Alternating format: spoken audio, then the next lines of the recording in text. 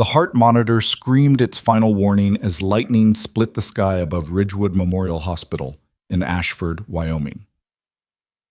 3 military surgeons backed away from the dying soldier strapped to the ICU bed, until a young nurse with scars hidden beneath her scrubs whispered 6 words that froze every officer in the room. Words no civilian should ever know.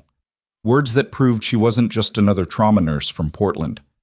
Before I continue, if you're enjoying this story, please stick around until the very end. Like this video, drop a comment with your city so I can see how far this story has traveled, and let me know what you think happens next.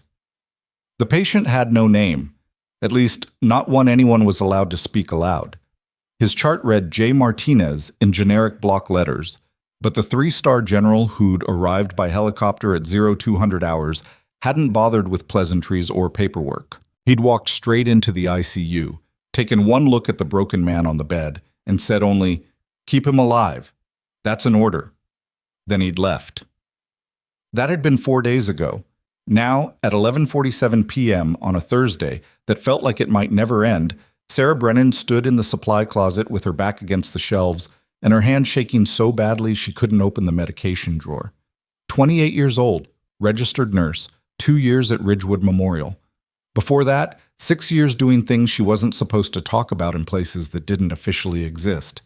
She'd left that life behind, buried it, told herself she'd never go back. But the man dying 3 doors down had dragged it all back to the surface, and now she couldn't breathe right. Couldn't think straight, couldn't stop seeing the things she'd spent 2 years trying to forget. "Brennan!" She turned. Dr. Victor Hale stood in the doorway, arms crossed, expression carved from stone, chief of surgery. 15 years of experience. A man who didn't waste time on small talk or sympathy. "You're off Martinez," he said. Sarah blinked. "What?" "You heard me. I'm reassigning you to post-op recovery. Michelle will cover ICU tonight." "I don't understand." "You don't need to understand. You need to follow orders." His voice dropped. "You've been hovering over that patient like he's your personal project. You're emotionally compromised. It's affecting your judgment." Sarah's jaw tightened. "I'm doing my job." "Your job is to follow protocols and defer to the attending physicians, not to second-guess treatment plans or request diagnostics outside your scope of practice." "He's not responding to treatment because nobody's listening." "Enough!" Hale stepped closer, lowering his voice to something sharp and cold. "I don't know what you think you see in that room, but you're a nurse, not a diagnostician, not a field medic, and definitely not military command. Stay in your lane, or you're gone." The threat hung in the air between them. Sarah said nothing. Hale walked away. She stood there for another 30 seconds, listening to her heartbeat in her ears, before she pushed off the shelf and headed back toward the ICU anyway. She wasn't assigned to Martinez anymore, but she couldn't just leave him there to die. The ICU was quieter than it should have been, too quiet. Sarah slipped past the nurse's station, nodding at Michelle, a kind woman in her 40s who asked too many questions and meant well but had never seen the inside of a combat zone. Michelle was already busy with another patient, which meant Martinez's room was unmonitored. Sarah stepped inside and closed the door softly behind her. The man on the bed looked nothing like a soldier. He looked like a corpse waiting for paperwork. Pale skin stretched over sharp bones. Bandages covered his torso, arms, and left shoulder. IV lines snaked into both arms. A ventilator pushed oxygen into his lungs with mechanical precision. Heart monitor beeped slow and irregular. His eyes were closed, but Sarah knew better than to believe he was resting. She'd seen this before. Not in a hospital. In a safe house outside Kandahar, where a captured operative had shut himself down so completely the interrogators thought he'd slipped into a coma. It had taken 3 days and a behavioral psychologist with top-secret clearance to pull him back. This was the same thing. Sarah moved to the side of the bed, checking the monitor. Heart rate 48, blood pressure 90/55, oxygen saturation 91%. All wrong. Not dying, surviving. She leaned closer, her voice barely above a whisper. "I know you can hear me." Nothing. "I know what you're doing." Still nothing. "You think you're still in the field. You think this is a trap." His fingers twitched. Sarah's breath caught. It wasn't random, it was deliberate. She watched his right hand, counting the intervals between movements. 3 taps. Pause. 2 taps. Pause. 1 tap. 3-2-1. Code. Her throat went dry. "You're not captured," she whispered. "You're in Ashford, Wyoming, Ridgewood Memorial Hospital. You've been here 4 days. You were extracted. You made it out." His vitals didn't change, but his fingers stopped moving. Sarah glanced at the door, then back at the man on the bed. She knew what she had to do, and she knew what it would cost her. Dr. Hale was in the conference room with 2 other surgeons when Sarah found him. She didn't knock. "He's not in a coma," she said. All 3 men turned to stare at her. Hale's expression darkened. "Excuse me?" "Martinez. He's not comatose. He's in a defensive psychological shutdown. His body thinks he's still in a combat situation, so it's conserving resources and rejecting external intervention." One of the other surgeons, Dr. Raj Patel, a trauma specialist, frowned. "That's not a recognized medical diagnosis." "It's a survival response," Sarah said. "I've seen it before." "Where?" Hale's voice was flat. Sarah hesitated. She couldn't tell them the truth. Couldn't explain that she'd spent 3 years embedded with special operations units in the Middle East, that she'd trained in combat trauma and psychological resilience, that she knew exactly what Martinez was doing because she'd been taught the same protocols. "I read about it in a military medical journal," she lied. Hale leaned back in his chair. "And you think you're qualified to diagnose a condition that our entire surgical team missed?" "I think if you keep treating him like a standard trauma case, he's going to die."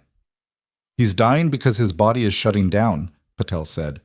"We've tried everything: antibiotics, blood transfusions, surgical intervention." "You're making it worse," Sarah interrupted. "Every procedure you run convinces him he's being interrogated. He's not fighting the treatment, he's fighting you." Silence. Hale stood slowly. "Get out."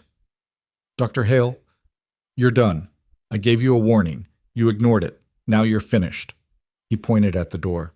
"Security will escort you out. Clean out your locker. You're terminated effective immediately." Sarah's heart hammered against her ribs. "He's going to die if you don't listen. Out, now." She didn't move. Hale picked up the phone on the desk and dialed security. Sarah turned and walked out before they could drag her. What? She made it as far as the parking lot before her hands started shaking again. The night air was cold and sharp, cutting through her scrubs like glass. She stood beside her car, a beat-up Honda Civic with 180,000 miles and a broken taillight, and stared at the hospital. She'd just lost her job, her income, her stability. And for what? A dying man who didn't even know her name. A man who would probably be dead by morning. Sarah unlocked the car and slid into the driver's seat, but she didn't start the engine. She just sat there, staring at the steering wheel, trying to remember how to breathe. Her phone buzzed. A text from Michelle. "They're pulling the plug tomorrow, 6 a.m. "I'm sorry." Sarah closed her eyes. She'd failed. Again. Just like before. Just like the mission in Mosul that had ended with 3 dead operators and a dishonorable discharge she'd barely avoided by agreeing to walk away quietly. She'd promised herself she'd never get involved again, never put herself in a position where someone's life depended on her.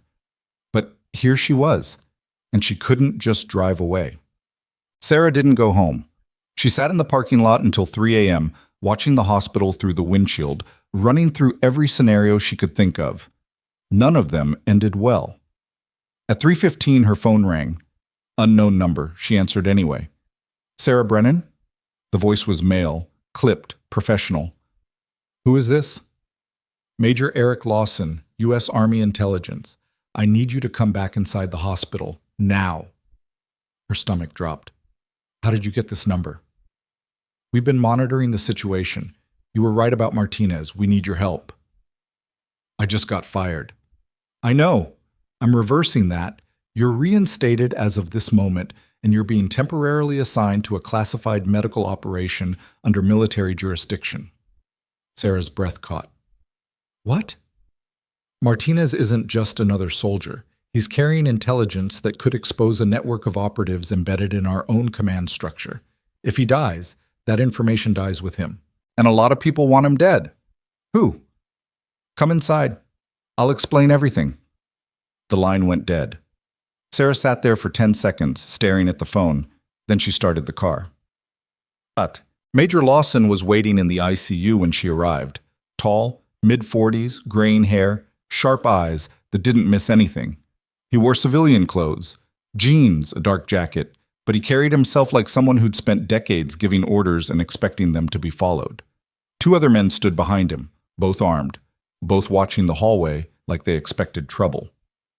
"Miss Brennan?" Lawson said. "Thank you for coming. I didn't have much choice." "You always have a choice." He gestured toward Martinez's room. "But right now, he doesn't, and neither do we." Sarah crossed her arms. "What's really going on?" Lawson glanced at the 2 guards, then back at Sarah. Martinez and his team were sent on a Black Ops extraction mission 3 weeks ago. Target was a high-value asset in a hostile region. The mission was compromised before they even landed. Someone leaked their position, their route, and their extraction timeline. They walked into an ambush.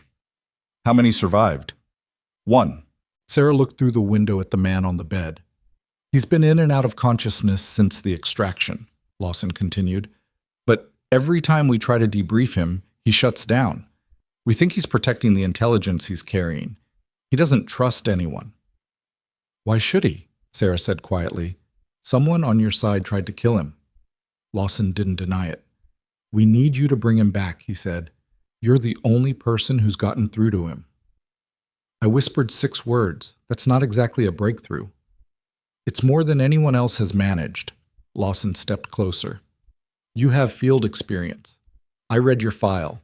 You know how these operators think. You know what he's going through." Sarah's jaw tightened. "That file is sealed." "Not from me." She turned away, staring at Martinez through the glass.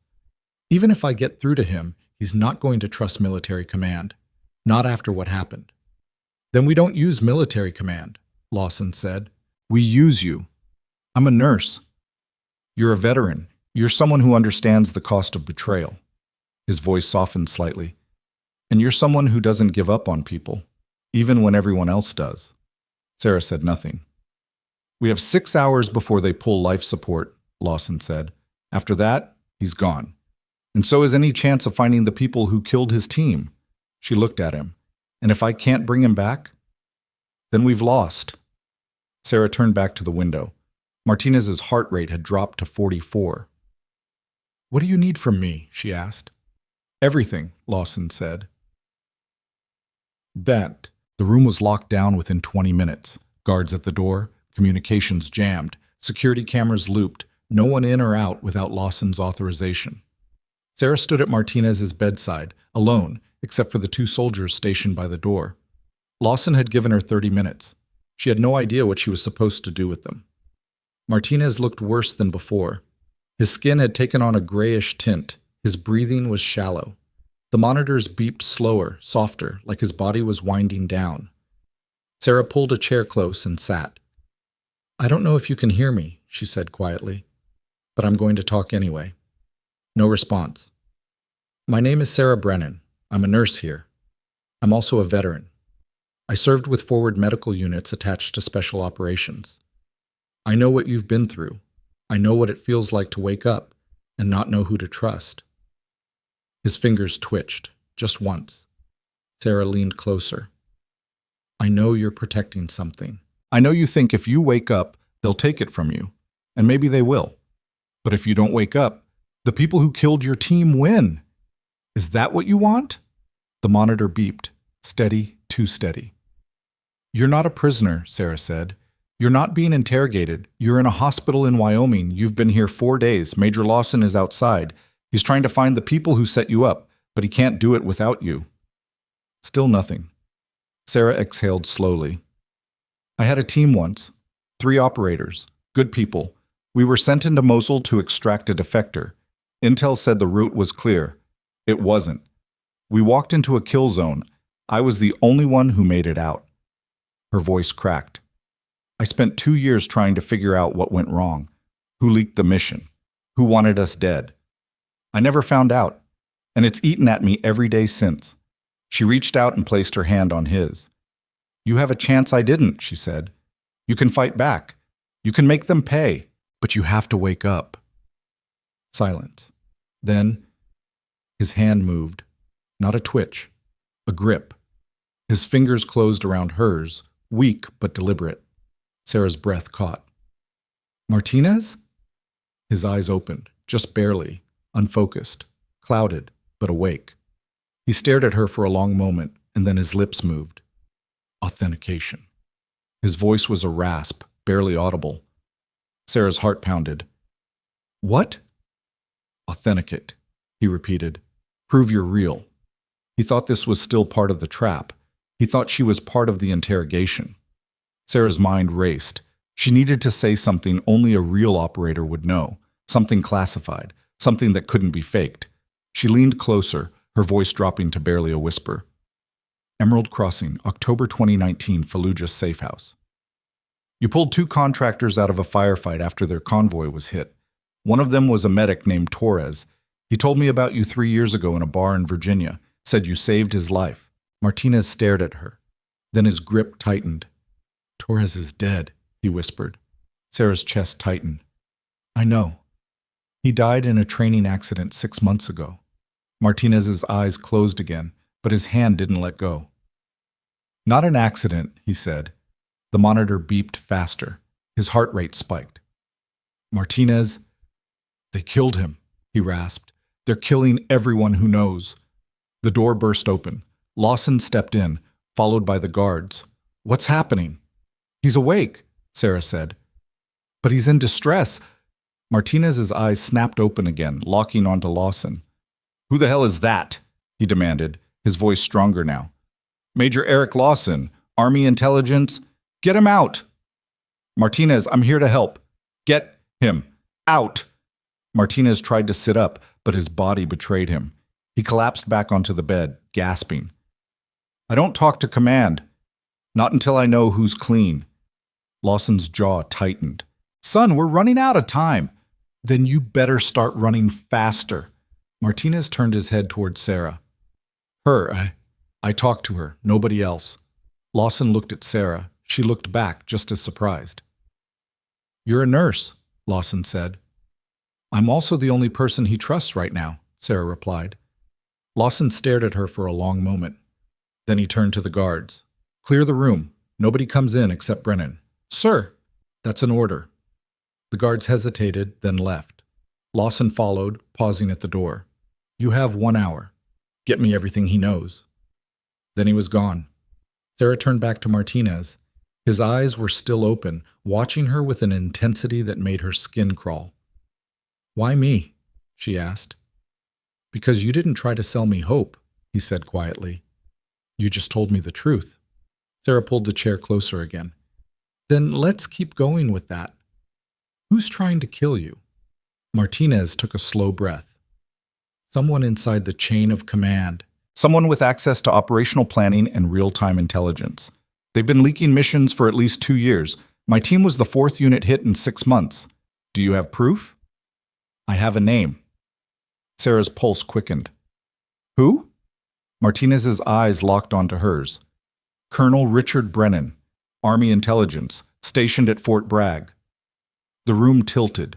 Sarah's breath stopped. What did you say? Brennan, Richard Brennan. He's the one feeding intel to... That's my father, Sarah whispered.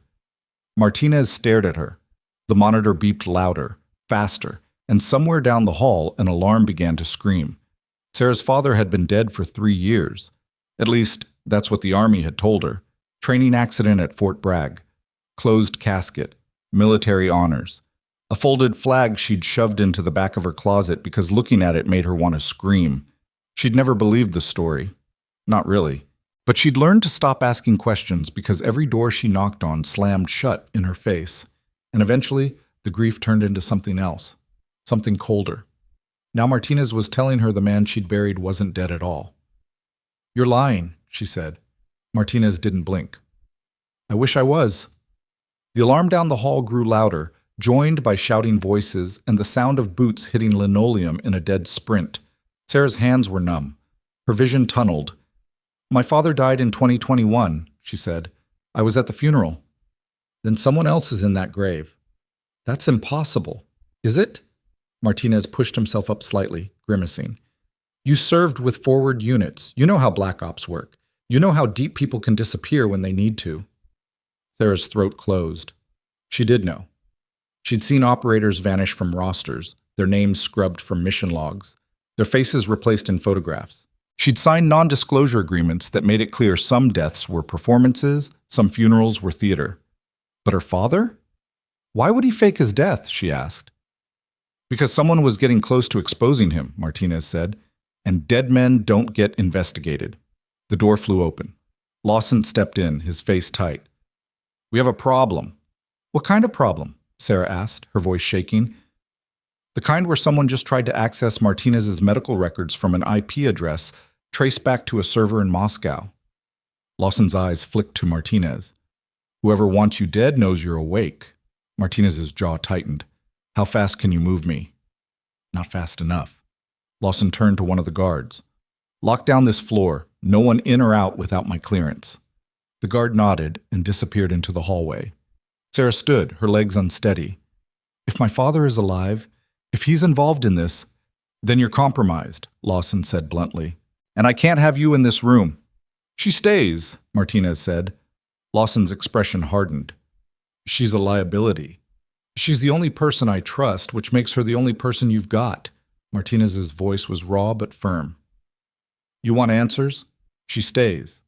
Otherwise, I stop talking. Lawson stared at him, then at Sarah. If I find out you're feeding information to anyone, I'm not, Sarah snapped. I don't even know if what he's saying is true. It's true, Martinez said quietly, and you know it. You've known something was wrong for years. Sarah wanted to argue. She couldn't, because he was right. Lawson exhaled slowly. Fine, but you don't leave this floor, and you don't contact anyone outside this hospital. Understood? Sarah nodded. Lawson turned and walked out, barking orders into his radio. The door closed. Martinez slumped back against the pillows, his face pale and slick with sweat. You okay? No, Sarah said. I'm really not. Yeah, me neither. She sat back down, her hands trembling. Tell me everything.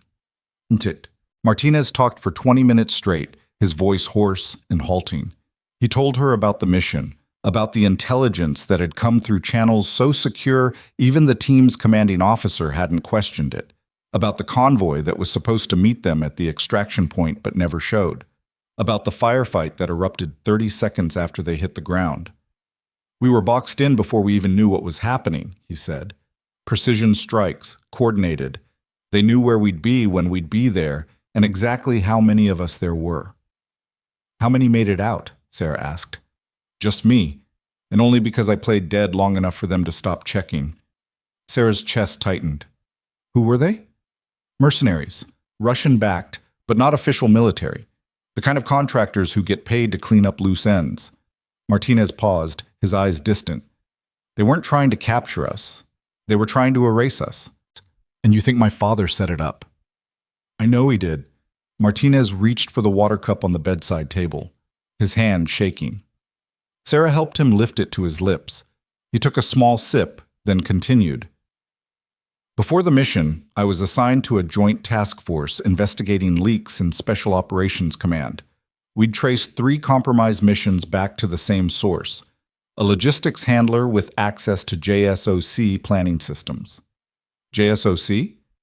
Joint Special Operations Command, the people who plan and authorize Black Ops missions. Martinez set the cup down. The handler went by the call sign Iron Wolf. We never got a real name, but we tracked communication patterns, financial transfers, encrypted message traffic. Everything pointed to someone inside Fort Bragg. And you think that's my father? I don't think. I know. Martinez reached into the collar of his hospital gown and pulled out a small flash drive on a chain around his neck. I pulled this off a dead drop in Kiev 2 days before my team got hit. It's got everything. Bank records, message logs, coordinates for every compromised mission in the last 18 months. Sarah stared at the drive. How did you get it out? Swallowed it before they put me on the evac bird. Passed it 3 days ago when I woke up for about 30 seconds. He tucked it back under the gown. Lawson doesn't know I have it yet. Why not? Because I don't know who I can trust in his chain of command. For all I know, he's part of it. Sarah's stomach twisted. Then why tell me? Martinez looked at her, his eyes hard and tired. Because you've got skin in the game now. If your father's involved, you're already a target, and if he's alive, he's going to come after you the second he finds out I talked. He wouldn't he?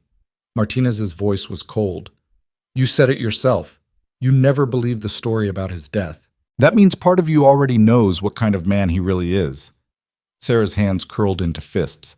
She wanted to defend him, wanted to believe her father was a good man who died serving his country.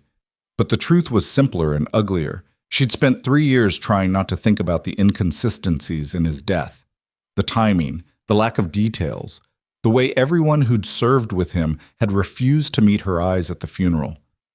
What do you need me to do? She asked. Help me stay alive long enough to get this drive to someone who can use it, Martinez said. And if your father shows up, don't hesitate. Don't hesitate to do what? Whatever it takes. Oh, the hospital felt different now. Sarah walked the ICU hallway with her eyes scanning every face, every shadow, every doorway. The guards Lawson had posted were professionals, stone-faced and silent, but she didn't know them, didn't trust them, didn't trust anyone. She found Lawson in the conference room, hunched over a laptop with 3 other officers she didn't recognize. Maps covered the table, satellite images, surveillance photos. Lawson looked up as she entered. You shouldn't be here. Martinez is stable for now, Sarah said, but he's not going to last much longer in that bed. His body's been in survival mode for too long. He needs a real facility with specialists who know how to handle trauma this severe. We're working on it. Work faster.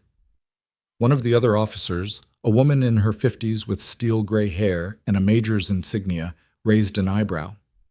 And you are? The nurse keeping your asset alive, Sarah said. The woman's expression didn't change.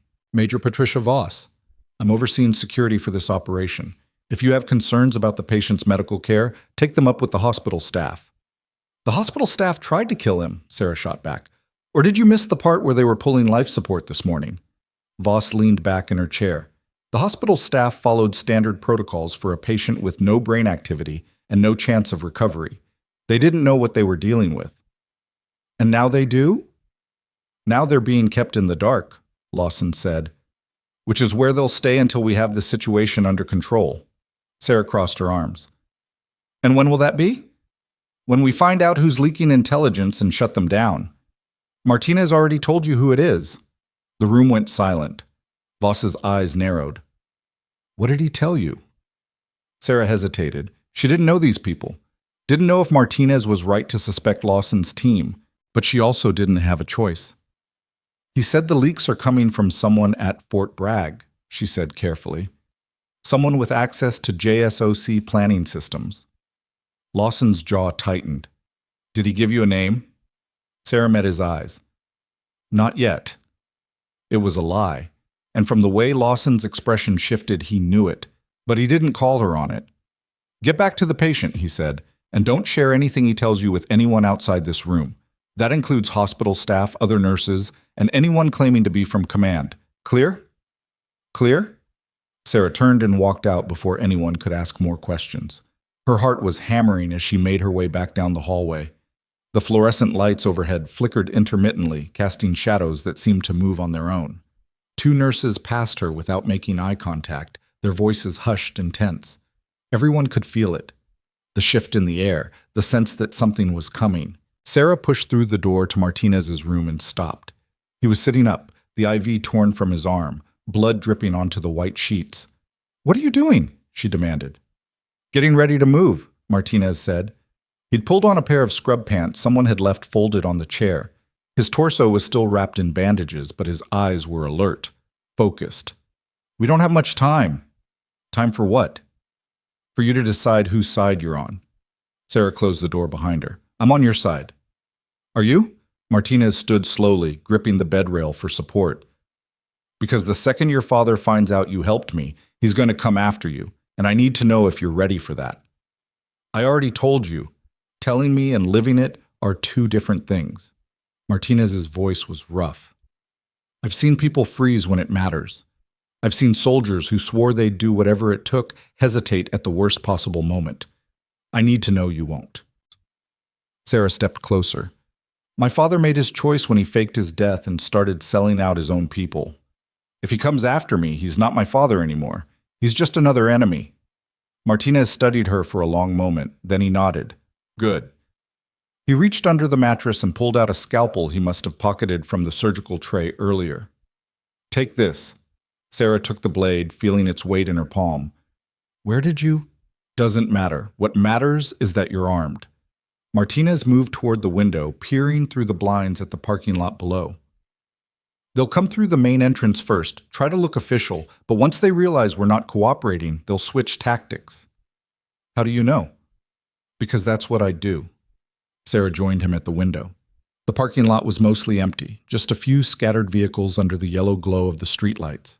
But at the far edge, near the emergency entrance, 3 black SUVs sat idling. There, Martinez said, pointing. As Sarah watched, 6 men climbed out of the vehicles. They were dressed in civilian clothes, jeans, jackets, baseball caps, but they moved with the synchronized precision of trained operators. Mercenaries? Sarah asked. Probably. Your father wouldn't risk sending active military. Too many questions if something goes wrong. One of the men spoke into a radio, then gestured toward the hospital entrance. The group split up, 3 heading for the main doors, 3 circling around toward the emergency bay. Sarah's mouth went dry. We need to warn Lawson. Lawson already knows. He's got surveillance on every entrance. Martinez turned away from the window. But he doesn't know about the service tunnels. What service tunnels? Every hospital this old has them. Steam pipes, electrical conduits, maintenance access. They run under the whole building. Martinez grabbed the wheelchair and pushed it toward the door. I scouted them the first night I was conscious, just in case. You were barely awake. I've been barely awake in worse places. He opened the door, checked the hallway, then looked back at her. You coming or not? Sarah didn't hesitate. She followed him out. The service corridor was hidden behind a maintenance door most people probably walked past 100 times without noticing. Martinez had the code. Sarah didn't ask how. And within seconds they were descending a narrow concrete stairwell that smelled like rust and old water. Martinez was moving on adrenaline now, his face drawn and pale, but his steps were steady. Sarah stayed close behind him, one hand on his shoulder to keep him balanced, the other gripping the scalpel. Where does this lead? She asked. Loading docks on the north side. From there, we can get to the street. And then what? Then we find somewhere to hole up until I can get this drive to someone I trust. Who? Martinez didn't answer. They reached the bottom of the stairs and pushed through another door into a long tunnel lined with exposed pipes and electrical cables. Emergency lights cast everything in a sickly yellow glow. Water dripped from somewhere overhead, echoing in the confined space. Sarah's pulse was racing. How do you know they won't cover the loading docks? I don't. But staying upstairs is guaranteed suicide, and down here we've got options. They moved quickly through the tunnel, their footsteps muffled by the hum of machinery. Sarah kept glancing over her shoulder, expecting to see armed men pouring through the door behind them, but the tunnel stayed empty. Martinez stopped suddenly, holding up a hand. Sarah froze. What is it? She whispered. He pointed ahead where the tunnel branched in 2 directions. Left goes to the loading docks, right goes to the old morgue. Why would we go to the morgue? Because it's got a vehicle bay that connects to an underground parking structure most people don't know exists. Martinez leaned against the wall, breathing hard. Built back in the 60s when they used to transport bodies off-site for autopsies. You think we can get a vehicle? I think it's our best shot. They turned right. The tunnel narrowed, the ceiling dropping low enough that Sarah had to duck beneath a bundle of cables. The air grew colder, stale, like no one had been down here in years. Then Sarah's phone buzzed. She pulled it out, her heart sinking when she saw the caller ID. Unknown number. She didn't want to answer, but she knew she had to. Hello? Silence. Then a voice she hadn't heard in 3 years. Hello, Sarah. Her blood turned to ice. Dad? Martinez's head snapped around, his eyes wide. I'm sorry it has to be this way. Richard Brennan said. His voice was exactly as she remembered, calm, measured, the voice of a man who never raised his tone because he never needed to. I didn't want you involved. Sarah stopped walking, her back pressed against the damp concrete wall. You're dead. Clearly not. Why? Her voice cracked. Why would you do this to me? To protect you. He paused. I knew they'd come after everyone I cared about once the investigation started closing in. Faking my death was the only way to keep you safe. Safe? Sarah's hands shook. I mourned you. I buried you. I know, and I'm sorry, but it was necessary. Necessary for what? To betray your country? To get people killed? To survive, Richard said quietly. The people I work for don't tolerate failure. If I'd stayed dead to them, they would have killed you to send a message. So instead you killed soldiers. I provided information. What happened to those soldiers was a consequence of decisions made far above my pay grade. Sarah's vision blurred. That's not an excuse. It's not meant to be. Richard's voice hardened.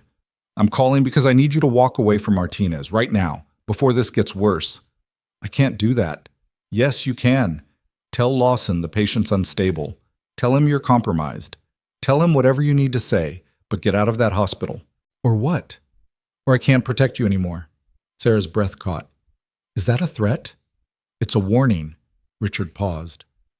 I've kept you off the target list this long, but if you keep helping Martinez, I won't be able to stop what's coming. Martinez was staring at her now, his expression unreadable. Sarah met his eyes. Then she spoke into the phone. You made your choice. I'm making mine.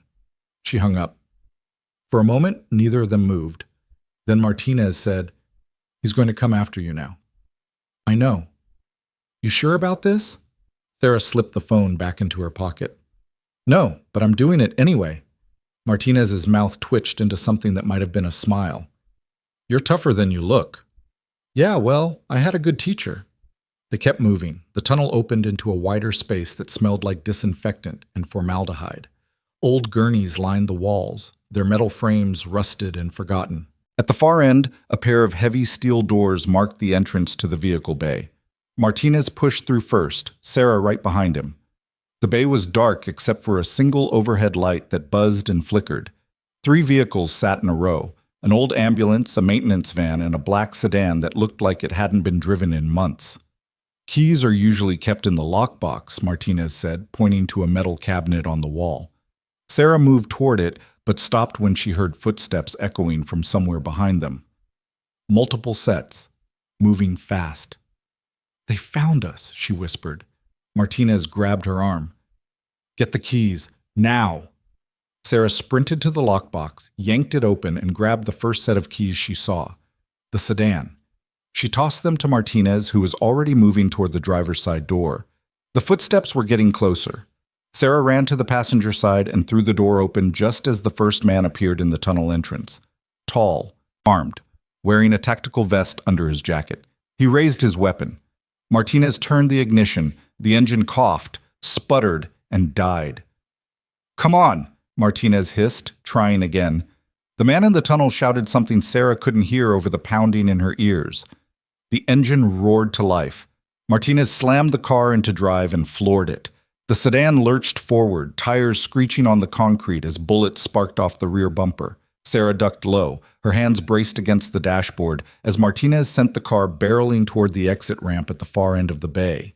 The ramp was steep, narrow, and barely wide enough for the sedan. Martinez didn't slow down. They shot up the incline, the undercarriage scraping against the concrete, and burst through a chain-link gate that exploded outward in a shower of metal and sparks. Then they were outside. The night air hit Sarah's face like a slap.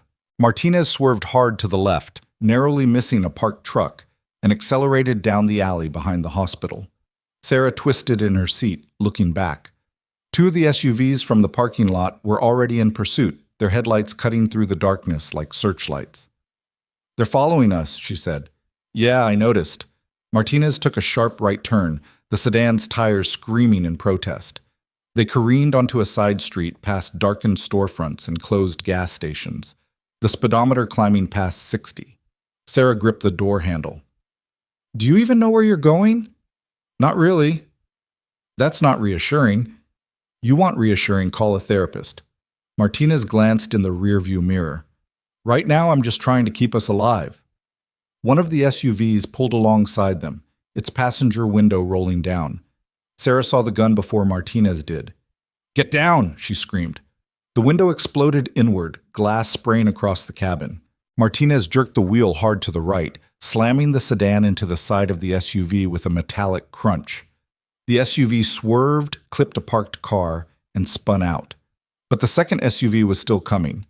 Martinez took another turn, this time onto a narrow residential street lined with trees. The sedan was faster on the straightaway, and for a moment Sarah thought they might actually lose them. Then Martinez's hand slipped on the wheel. The car lurched. Sarah looked over and saw blood soaking through the bandages on his chest. "You're bleeding," she said. "I'm fine." "You're not fine. I said I'm fine." But his voice was weaker now, and his grip on the wheel was shaking. The sedan drifted across the center line. Martinez corrected, but too slowly. Sarah saw the intersection ahead, saw the red light, saw the truck barreling through from the cross street. "Look out!" she shouted. Martinez hit the brakes. Too late. The truck's horn blared. Everything went white. Das ist die. Sarah woke up to the smell of gasoline and burning rubber. Her head was ringing. Her vision was blurred. She tried to move, and pain shot through her ribs like a knife.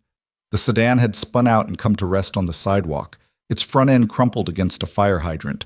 Water sprayed into the air, catching the light from a nearby street lamp.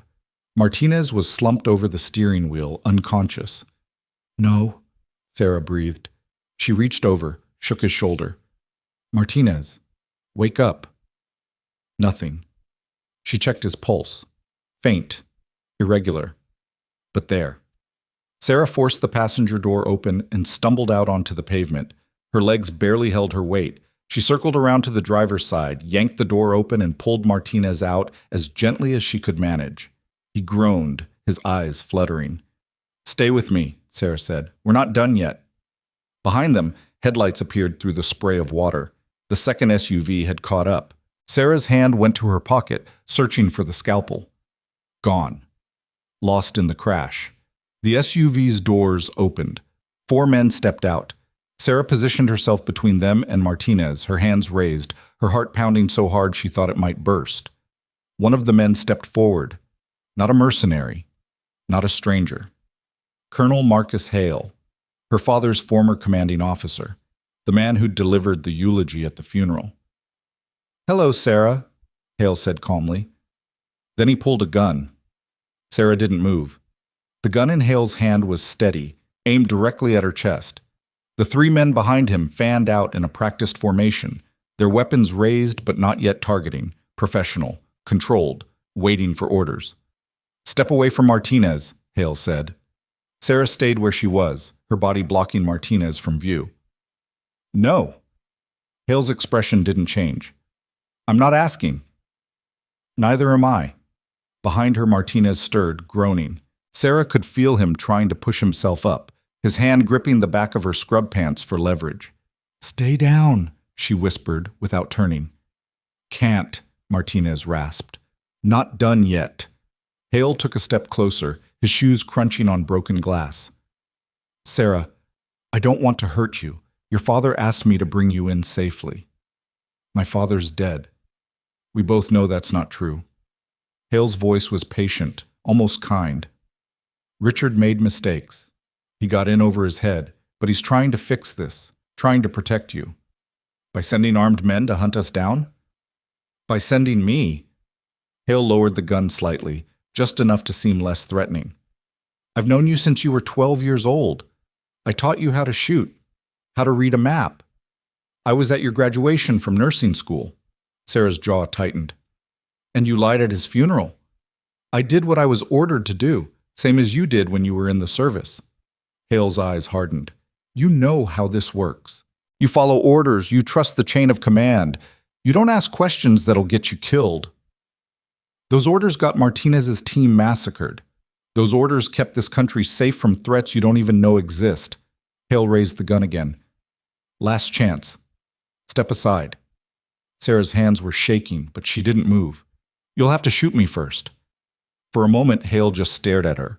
Then he shifted his aim. Not at Sarah, at Martinez.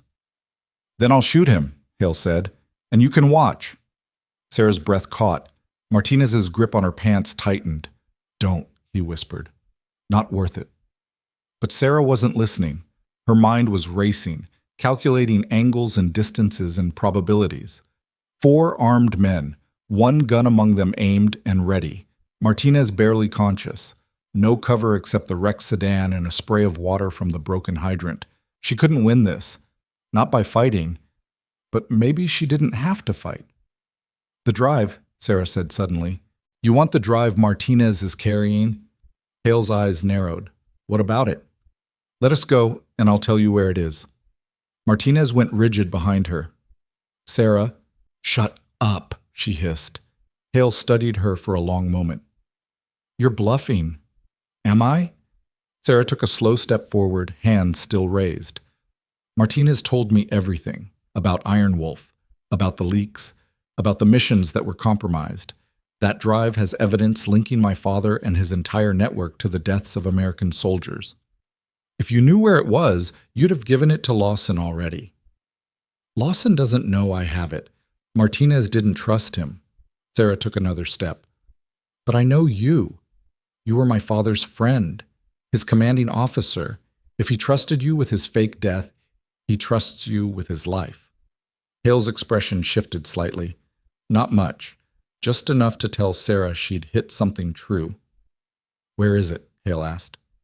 "Let us walk away first." "Not happening." "Then shoot me." Sarah stopped moving, her eyes locked on his. "But if you do, you'll never find it. Martinez encrypted the files. I'm the only one who knows the password." It was a complete lie. Sarah had no idea if the files were encrypted, had no idea if Martinez had even told her the truth about what was on the drive. But Hale didn't know that, and from the way his jaw tightened, she could see him weighing his options. Behind him, one of the other men shifted his stance. "Colonel, we don't have time for this. Lawson's team will be here any minute." Hale ignored him. "You're lying." "Maybe," Sarah said. "But can you afford to take that chance?" Hale's finger moved toward the trigger. Sarah's heart hammered. Then headlights appeared at the end of the street, followed by the sound of engines. Multiple vehicles. Moving fast. Hale swore under his breath and gestured to his men. "Load them in the SUV. Now." 2 of the men moved towards Sarah and Martinez. Sarah backed up, her mind racing. This was worse. Being taken meant being disappeared. Interrogated. Killed somewhere no one would ever find the bodies. The first man reached for her arm. Sarah drove her elbow into his throat. He staggered back, choking, and Sarah grabbed for his weapon. Her fingers closed around the grip just as the second man tackled her from behind, slamming her into the pavement. The gun skittered away. Sarah's vision blurred. Pain exploded across her shoulders and ribs. She tried to twist free, but the man was too heavy, his weight pinning her down. Then Martinez moved. Despite the blood loss, despite the injuries, despite everything, he lunged forward and grabbed the loose weapon from the ground. His hands were shaking, his aim unsteady, but he pointed it directly at Hale. "Back off," Martinez said. Hale raised his own weapon. "Put it down, soldier." "Not a chance." The standoff lasted 3 seconds. Then the approaching vehicles rounded the corner, their headlights flooding the street. Military Humvees, 4 of them. Lawson's voice crackled over a loudspeaker. "Drop your weapons, now!" Hale's men hesitated, looking to their commander. Hale's expression was stone. "This isn't over." "Yeah," Martinez said. "It is." Hale lowered his weapon slowly, his eyes never leaving Sarah's face. "Your father's going to be very disappointed." Then he and his men backed toward their SUV, climbed in, and drove away before Lawson's team could block the street. Sarah lay on the pavement, gasping for air, her whole body trembling. Martinez collapsed beside her, the weapon falling from his hands. Lawson was there seconds later, barking orders to his team. Medics appeared, checking vitals, applying pressure to Martinez's wounds.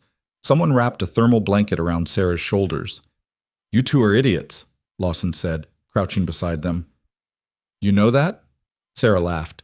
It came out half sob, half hysteria. "Yeah," she managed. "We know." They were back at the hospital within the hour. Not Ridgewood Memorial. A different facility, smaller and more secure, located on the outskirts of Ashford near the regional airport. The kind of place that didn't appear on public records and didn't ask questions about patients who arrived under military escort. Sarah sat in a private exam room while a doctor stitched a gash above her eyebrow and checked her ribs for fractures. Nothing broken, just bruised. She'd been lucky. Martinez was in surgery.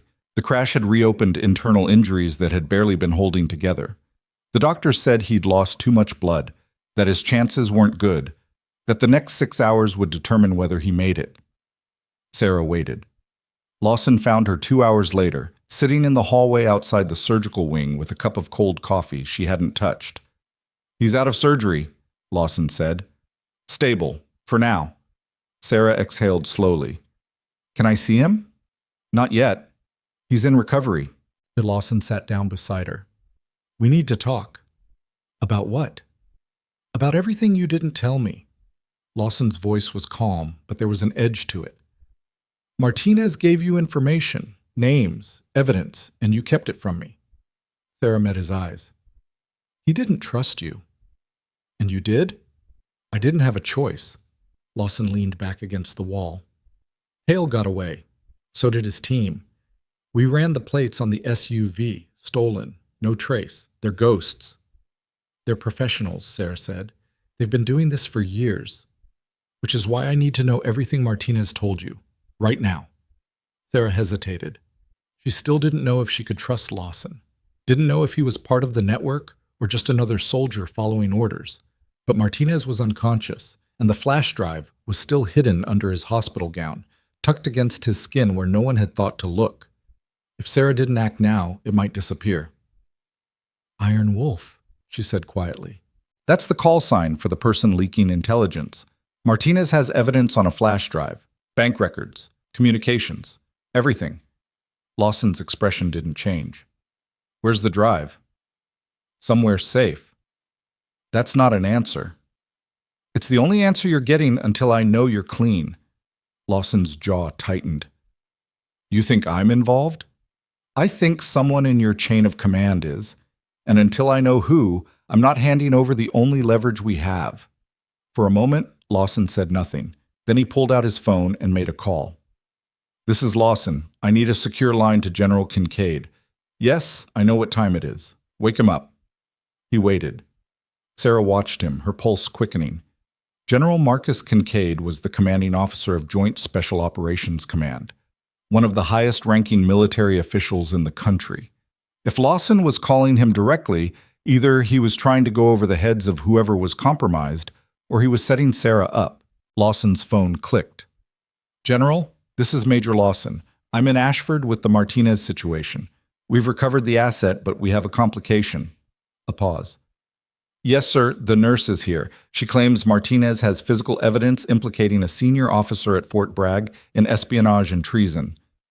Another pause. Lawson's eyes flicked to Sarah. "Understood, sir.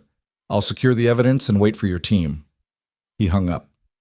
"General Kincaid is sending a joint task force extraction team," Lawson said. "They'll be here in 3 hours. You'll hand over the drive to them, and they'll take Martinez into protective custody." Sarah's stomach twisted. "And me?" "You'll be debriefed, cleared, and released." "Just like that?" "Just like that." Lawson stood. "Unless you're still planning to hold on to evidence in a federal investigation, in which case you'll be arrested for obstruction." Sarah stared at him. She didn't have a choice. Not really. "Fine," she said. "But I want to be there when Martinez wakes up. I want to hear him confirm this is what he wants." Lawson nodded. "Fair enough." He walked away, leaving Sarah alone in the hallway. She sat there for another 10 minutes, trying to slow her breathing, trying to think. Then her phone buzzed. Unknown number. She almost didn't answer, but something made her thumb slide across the screen. "Hello?" "You're making this harder than it needs to be," her father's voice. Sarah's hand tightened around the phone. "Where are you?" "Close enough to watch you, far enough to stay safe." Richard's voice was calm. "Hale told me what happened. You protected Martinez. That was brave. Stupid, but brave. He's a soldier who got betrayed by his own people. He's a soldier who stuck his nose where it didn't belong, and now he's going to get you killed. You mean like you killed his team? Silence. Then Richard spoke again, his voice colder. I didn't kill anyone.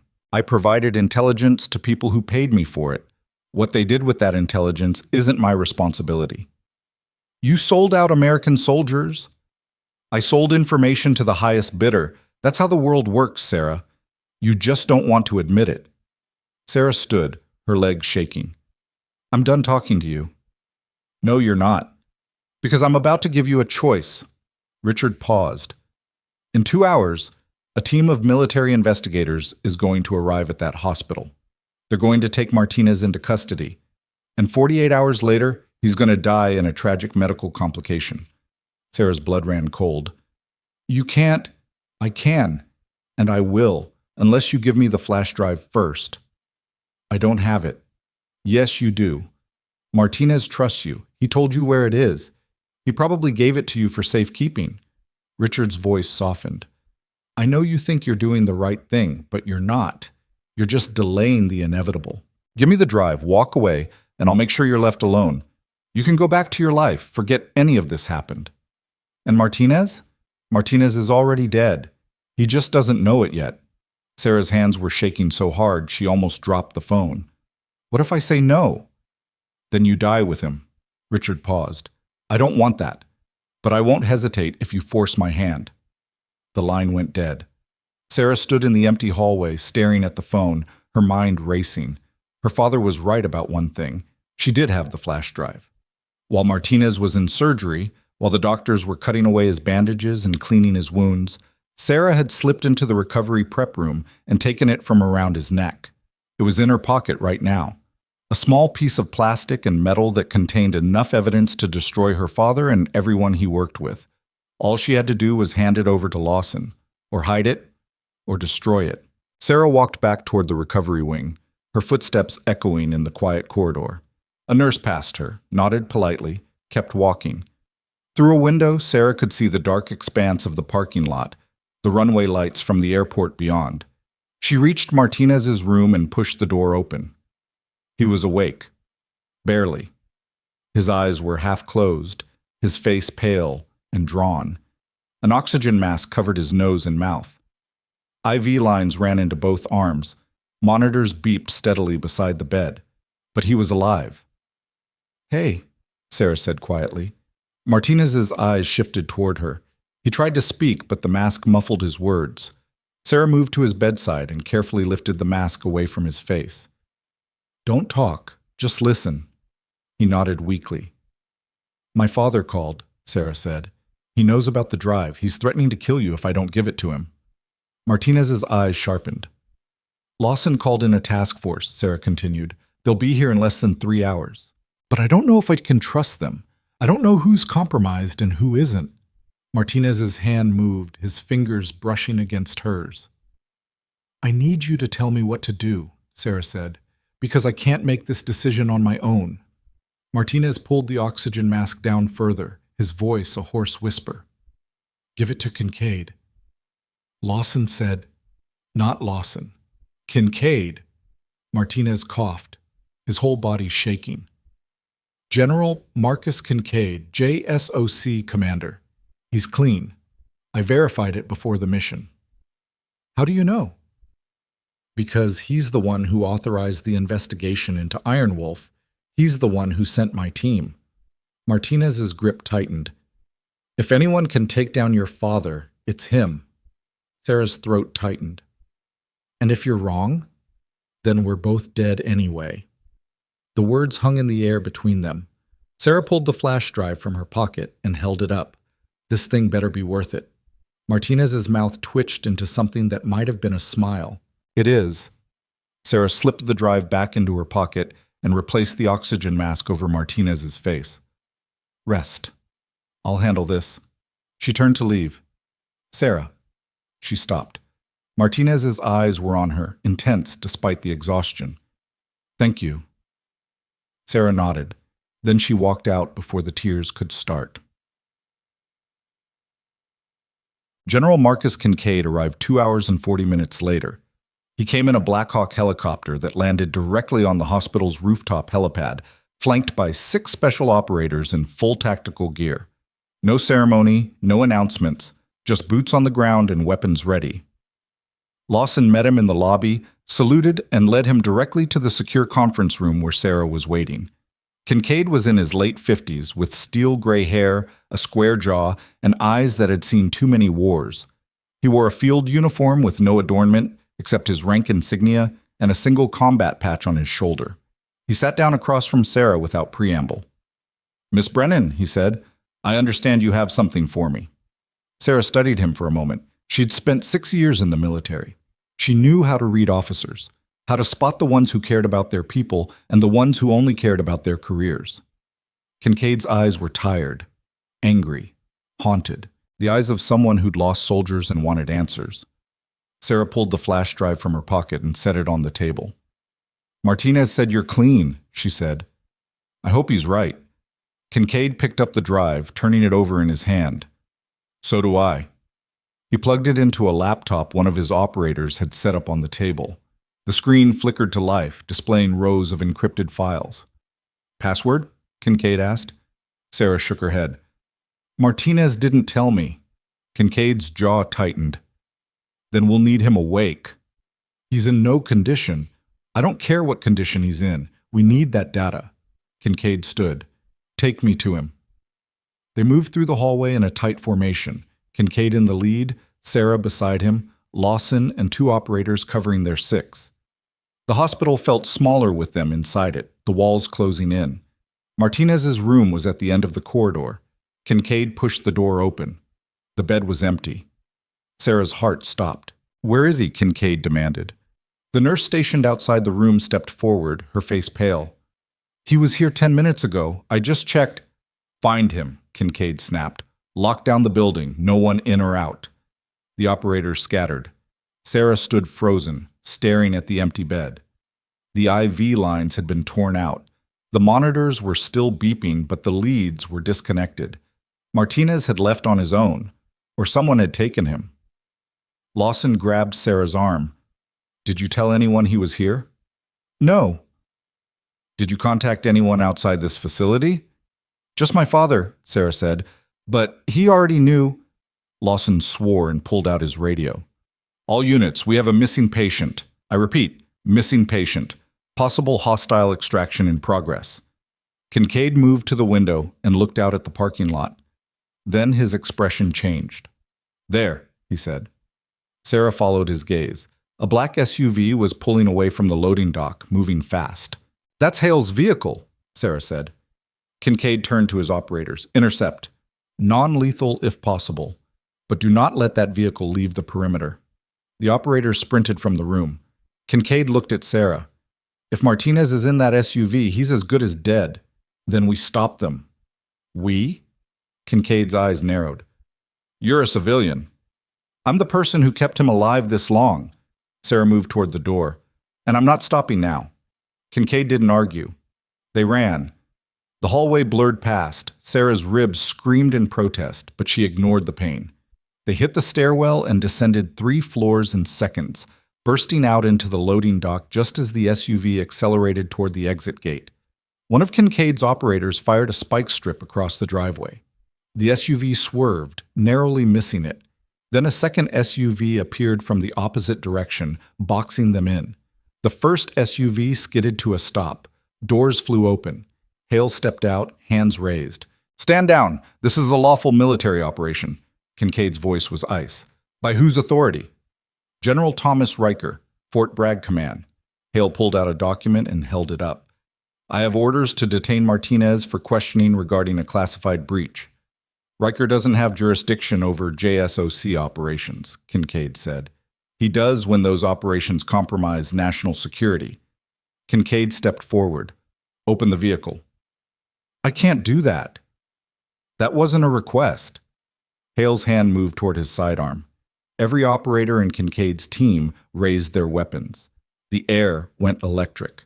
Sarah's pulse hammered. Then the back door of the SUV opened from the inside. Martinez stumbled out. He was barely standing, his hospital gown soaked with blood, his face gray. But he was holding something, a phone, with the screen facing outward. "It's live," Martinez said, his voice weak but clear. "Everything you just said. Everything Hale just admitted. It's streaming directly to a secure DoD server." Hale's face went white. Martinez looked at Kincaid. "Password is Emerald Crossing 2019.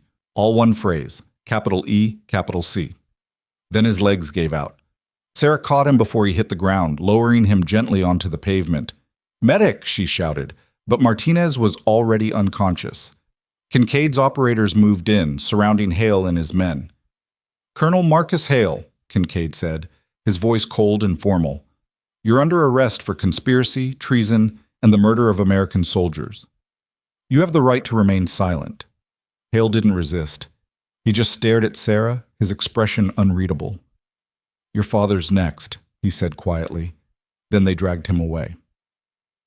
The sun was rising by the time the chaos settled. Martinez was back in surgery, fighting for his life for the second time in 12 hours. The doctor said his chances were worse now, that he'd lost too much blood, that his body was shutting down. But Sarah had heard that before, and he'd survived before. Kincaid found her in the waiting room, sitting alone with a cup of coffee that had gone cold an hour ago. "We accessed the files," he said. "You were right. It's all there. Bank transfers, communications, operational coordinates for 6 compromised missions spanning 3 years. "Iron Wolf?" Sarah asked. Kincaid nodded.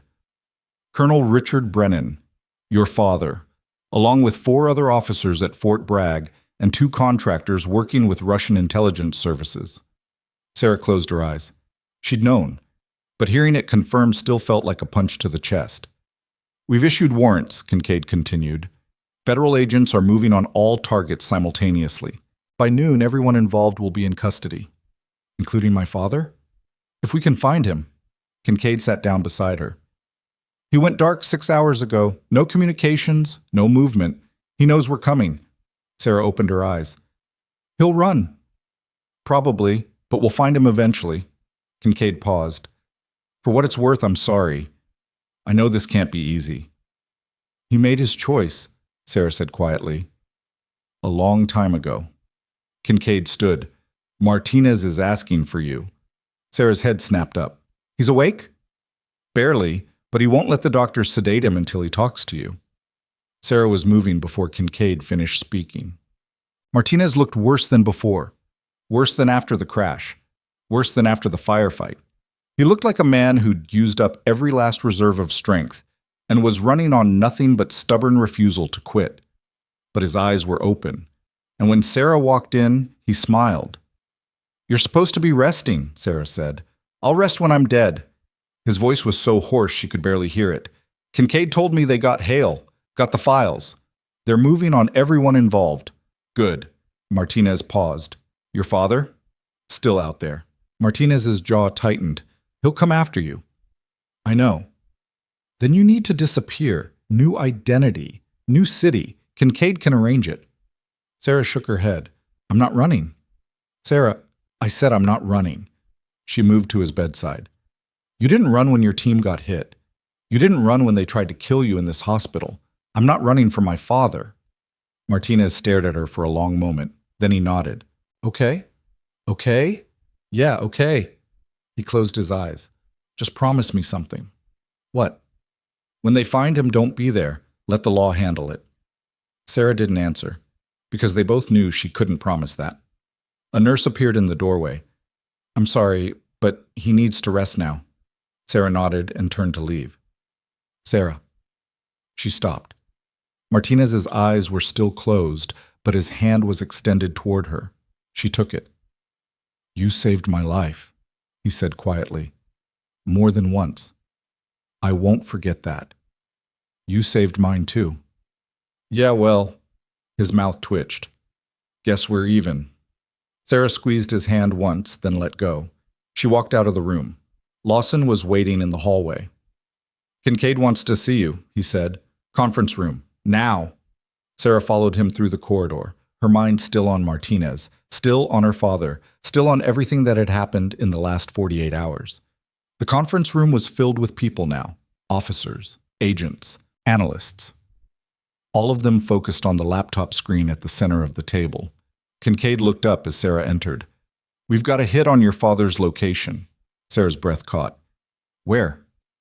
"Tracking his phone to a location in the mountains about 60 miles north of here. Remote cabin, off the grid." Kincaid paused. "We're sending a tactical team to apprehend him.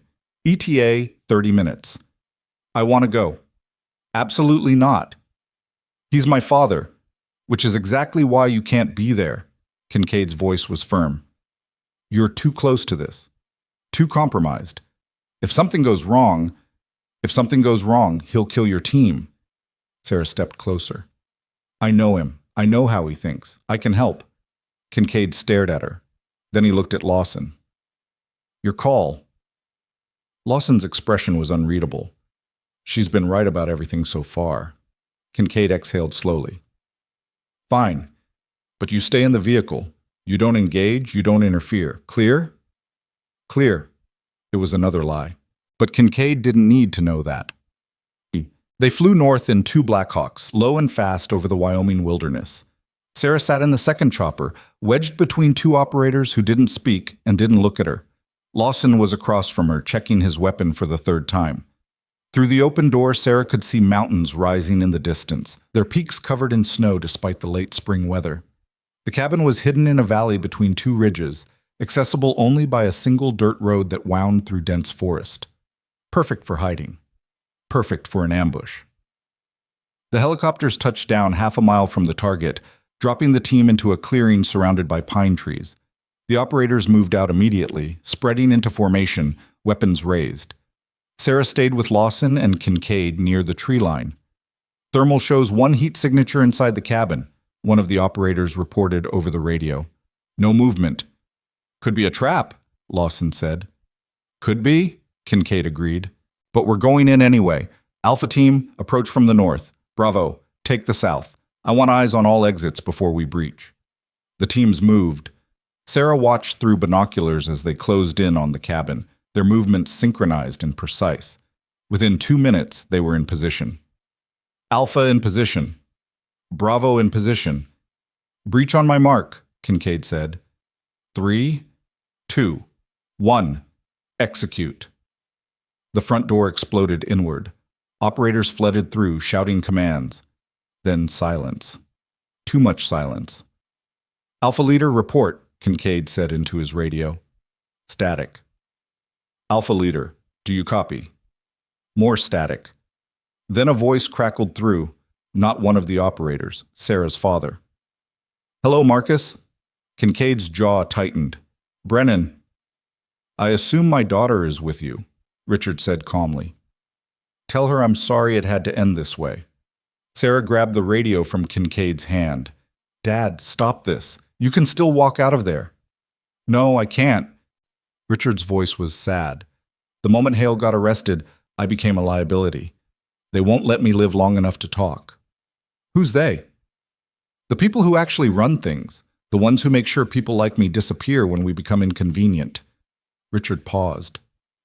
"I tried to protect you, Sarah. I really did." "Then surrender. Help us take them down." "It's too late for that." An explosion ripped through the cabin.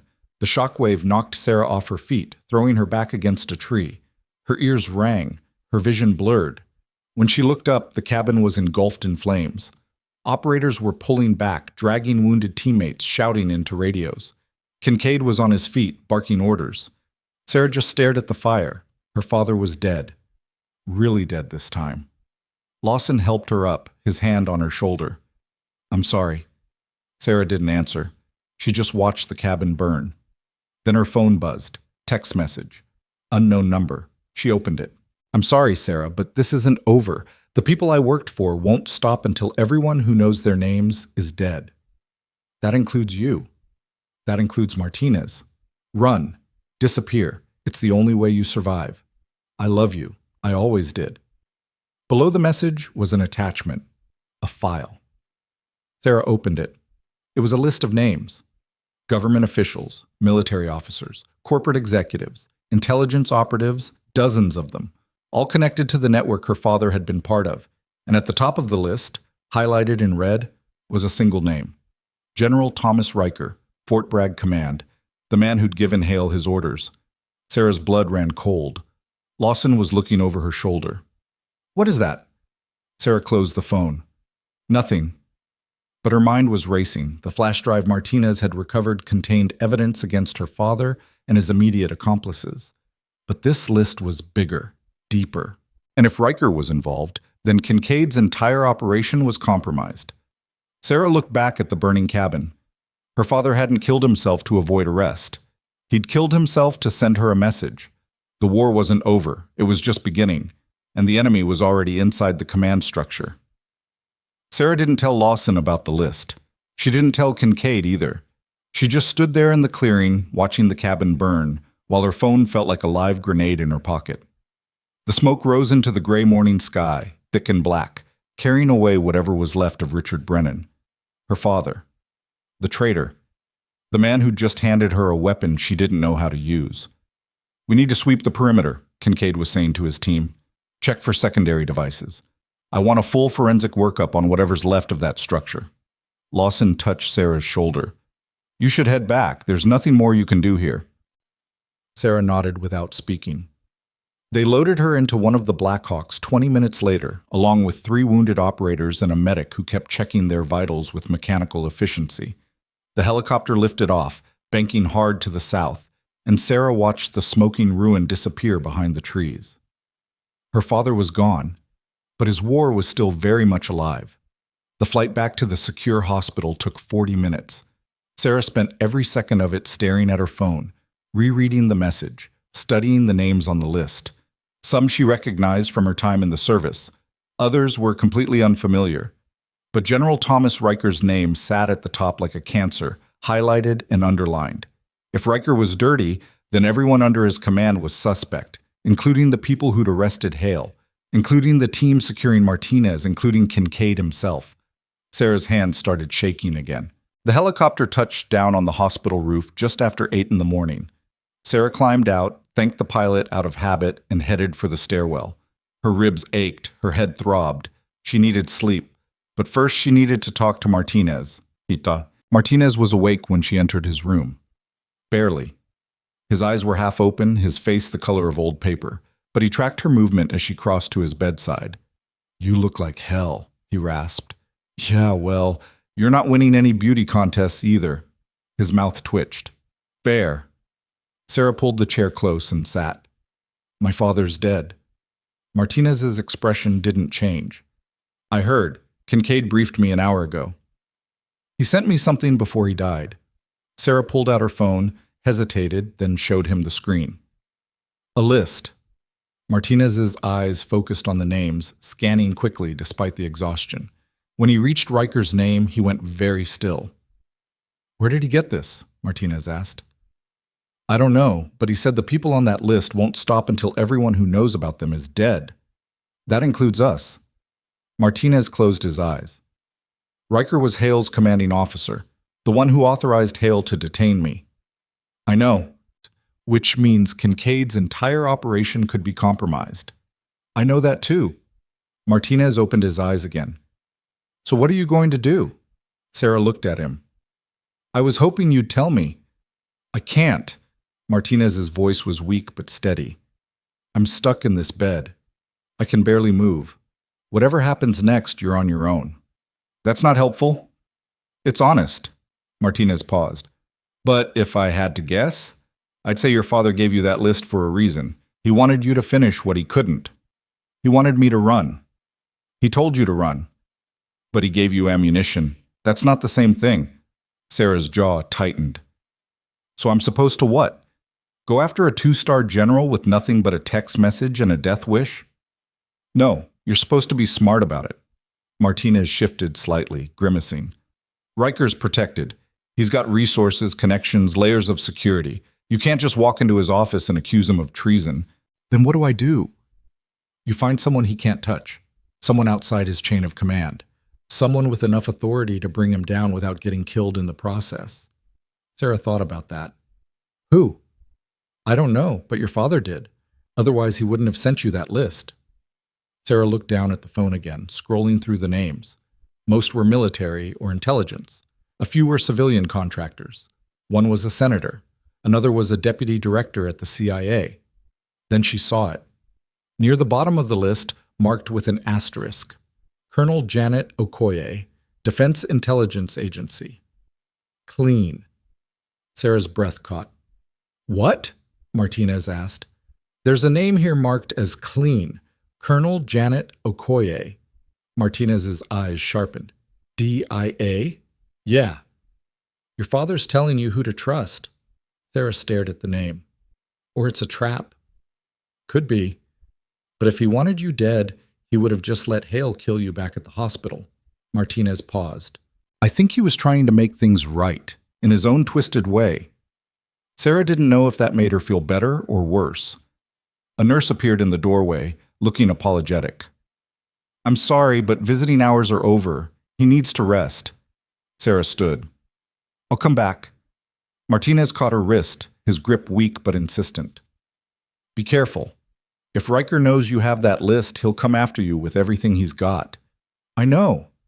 I'm serious, Sarah. These people don't play by rules. They don't do trials or due process. They just make problems disappear. I'll be careful. Martinez let go. Good. Because I didn't survive all this just to have you get yourself killed. Sarah managed a small smile. I'll do my best.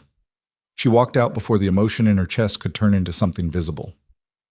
Colonel Janet Okoye's office was located in a nondescript building in Washington, D.C., 3 blocks from the Pentagon. Sarah had never been there, had never heard of Okoye before reading her father's list, but a quick search revealed that Okoye was a decorated intelligence officer with 20 years of service, specializing in counterintelligence and internal investigations. Exactly the kind of person who might be able to take down someone like Riker. Sarah caught a military transport flight out of Wyoming at noon, hitching a ride with a supply convoy heading east. No one asked questions. No one cared. She was just another face in uniform, tired and quiet, easy to ignore. She arrived in D.C. just after dark. The city felt different than she remembered, colder, more hostile. Or maybe that was just her. She took a cab to a cheap motel near Union Station, checked in under a fake name, and spent 2 hours staring at the ceiling, trying to figure out what she was going to say to a woman she'd never met. Hi, my father was a traitor who just died in a fiery explosion. But before that, he sent me a list of other traitors, including a 2-star general, and I need your help bringing them all down. Yeah, that would go over great. Sarah didn't sleep. At 6 a.m, she showered, changed into the cleanest clothes she had, and caught another cab to Okoye's building.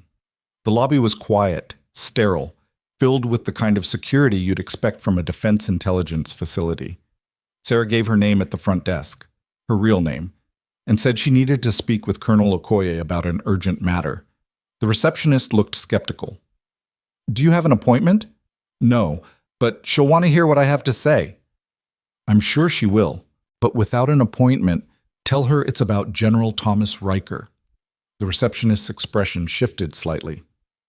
Wait here. Sarah waited. 20 minutes passed.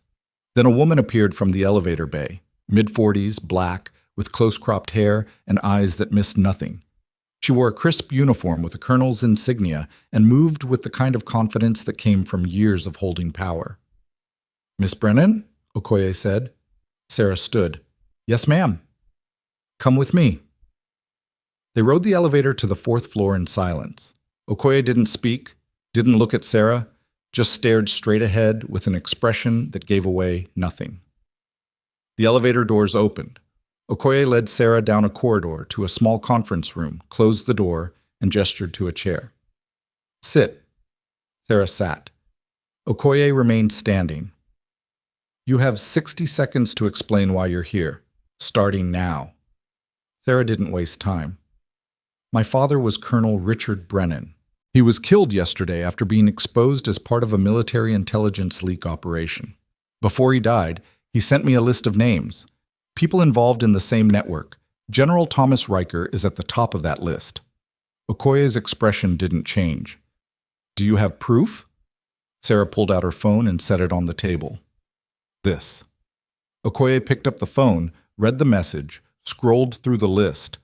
Her face remained neutral, but Sarah saw the way her jaw tightened slightly when she reached Riker's name. Where did your father get this information? Okoye asked. I don't know, but he marked your name as clean. He wanted me to bring this to you. Okoye set the phone down. Your father was a traitor who got American soldiers killed. Why should I trust anything he sent you? Because he died trying to warn me. Because he knew these people would come after me if I didn't act first. Because he gave me your name specifically. Sarah leaned forward. And because you're the only person on that list marked as safe. Okoye studied her for a long moment. Then she sat down across from Sarah. I've been investigating Riker for 6 months, Okoye said quietly. Off the books. Unauthorized. I had suspicions, but no proof. No evidence. Just patterns that didn't add up and missions that went wrong at convenient times. Sarah's pulse quickened. Then you believe me? I believe your father might have been trying to do one decent thing before he died. Okoye paused. But this list isn't enough. It's just names. No documentation, no financial records, no communications. A defense attorney would rip it apart in 10 seconds. Martinez has more. A flash drive with bank records, message logs, everything. Then why didn't he give it to me? Because he didn't know if he could trust you. Because half the people in command are compromised. Sarah met Okoye's eyes. But my father trusted you, and right now, that's all I've got. Okoye was quiet for a moment. Then she pulled out her own phone and made a call. This is Colonel Okoye. I need a secure conference line with the Inspector General's office. Yes, I know what time it is. This is urgent. She waited. Sarah's hands were shaking under the table. General Crawford, Okoye said into the phone. I'm sorry to wake you, but we have a situation. I'm sitting across from Sarah Brennan, daughter of Colonel Richard Brennan. She's just provided me with intelligence implicating General Thomas Riker in espionage and treason. A pause. Yes, sir. I'm aware of the sensitivity. That's why I'm calling you directly. Another pause. Understood. We'll be there in 30 minutes. Okoye hung up. The Inspector General wants to meet with you personally, she said. If what you're saying is true, this goes all the way to the Joint Chiefs. We'll need everything, the flash drive, testimony from Martinez, witness statements, every piece of evidence you can provide. Sarah nodded. I'll get it. You better, because if you're wrong, or if this is some kind of play, you'll be the one facing charges. Okoye stood. Let's go. The Inspector General's office was located in the Pentagon, buried deep in a secure wing that required 3 separate security checks just to enter. General Arthur Crawford was waiting for them in a soundproof conference room that looked like it had been designed to withstand nuclear war. He was in his 60s, with white hair and a face carved from granite. When Sarah entered, he didn't stand, didn't smile, just gestured to a chair. Sit down, Miss Brennan. Sarah sat. Crawford steepled his fingers. Colonel Okoye tells me you have evidence implicating General Riker in treason. I want to see it. All of it. Right now. Sarah pulled out her phone and slid it across the table.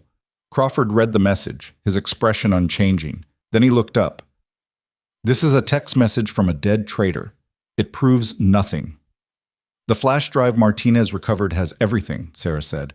Bank records, communications, coordinates for compromised missions. My father was part of that network. So was Riker. Where is this flash drive?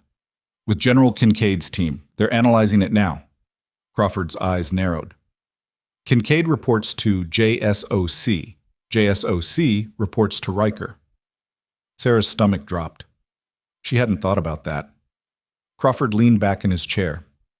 If Riker is compromised, then anything Kincaid has is already in Riker's hands, which means your evidence is either destroyed or about to be used against you.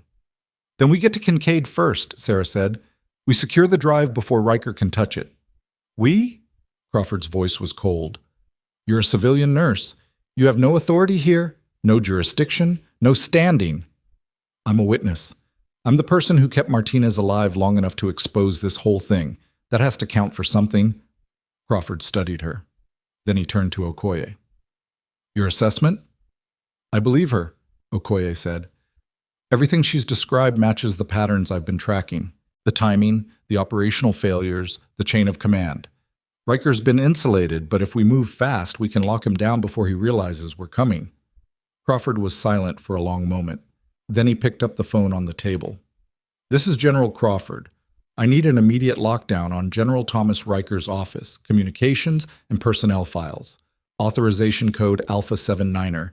Execute now." He hung up. Sarah's heart was pounding. "If you're right," Crawford said, looking at Sarah, "you've just exposed the biggest intelligence breach in modern military history. If you're wrong, you've destroyed the career of a decorated officer and handed our enemies a propaganda victory." "I'm right," Sarah said. "You better be." Crawford stood. "Okoye, you're with me. We're going to Fort Bragg to personally oversee Riker's arrest. Miss Brennan, you're staying here under protective custody until this is resolved." "No," Sarah said. "I'm going with you." "That's not happening. Riker knows who I am. He knows I have the list. If I stay here, I'm just a target waiting to get hit. At least if I'm with you, I've got a chance." Crawford's jaw tightened. "This isn't a negotiation." "Then consider it a tactical asset. Martinez trusts me. Kincaid trusts me. If you need their cooperation, you need me there." Okoye glanced at Crawford. "She's not wrong." Crawford exhaled slowly. "Fine, but you stay out of the way. And if this goes sideways, you follow orders without question. Clear?" "Clear." They left the Pentagon 20 minutes later. The flight to Fort Bragg took 3 hours. Sarah spent most of it staring out the window of the military transport, watching the landscape blur past below. Okoye sat across from her, reviewing files on a tablet. Crawford was on the phone the entire time, coordinating with DoD officials, FBI agents, and military police. By the time they landed, the base was already on lockdown. No one in or out without authorization. All communications monitored. Every officer under Riker's command confined to quarters pending investigation. Sarah had never seen anything move this fast. They were met on the tarmac by a full security detail, 12 MPs in full tactical gear, armed and ready. Crawford didn't waste time with pleasantries. "Where is he?" Crawford demanded. "General Riker is in his office, sir," one of the MPs reported. "He's refused to come out. Says he wants to speak with his lawyer." Crawford's expression darkened. "Tell him he can speak with his lawyer from a holding cell. Breach the door." The MPs moved. Sarah followed at a distance, flanked by Okoye and 2 additional guards. They crossed the parade ground toward the command building, a massive structure of concrete and glass that dominated the center of the base. Inside, the hallways were empty. Silent. The lockdown had cleared everyone out except essential personnel, and even they were staying out of sight. They reached Riker's office on the 3rd floor. The door was closed. Crawford knocked once. "General Riker, this is General Arthur Crawford, Inspector General. Open the door." Silence. Crawford nodded to the MPs. They used a battering ram. The door exploded inward with a crack of splintering wood. The MPs poured inside, weapons raised. Then they stopped. Sarah pushed forward, ignoring Okoye's hand on her shoulder, and looked inside. The office was empty. Riker was gone, but on his desk, arranged in a neat line, were 3 items: a service pistol, a folded flag, and a handwritten note. Crawford picked up the note and read it aloud.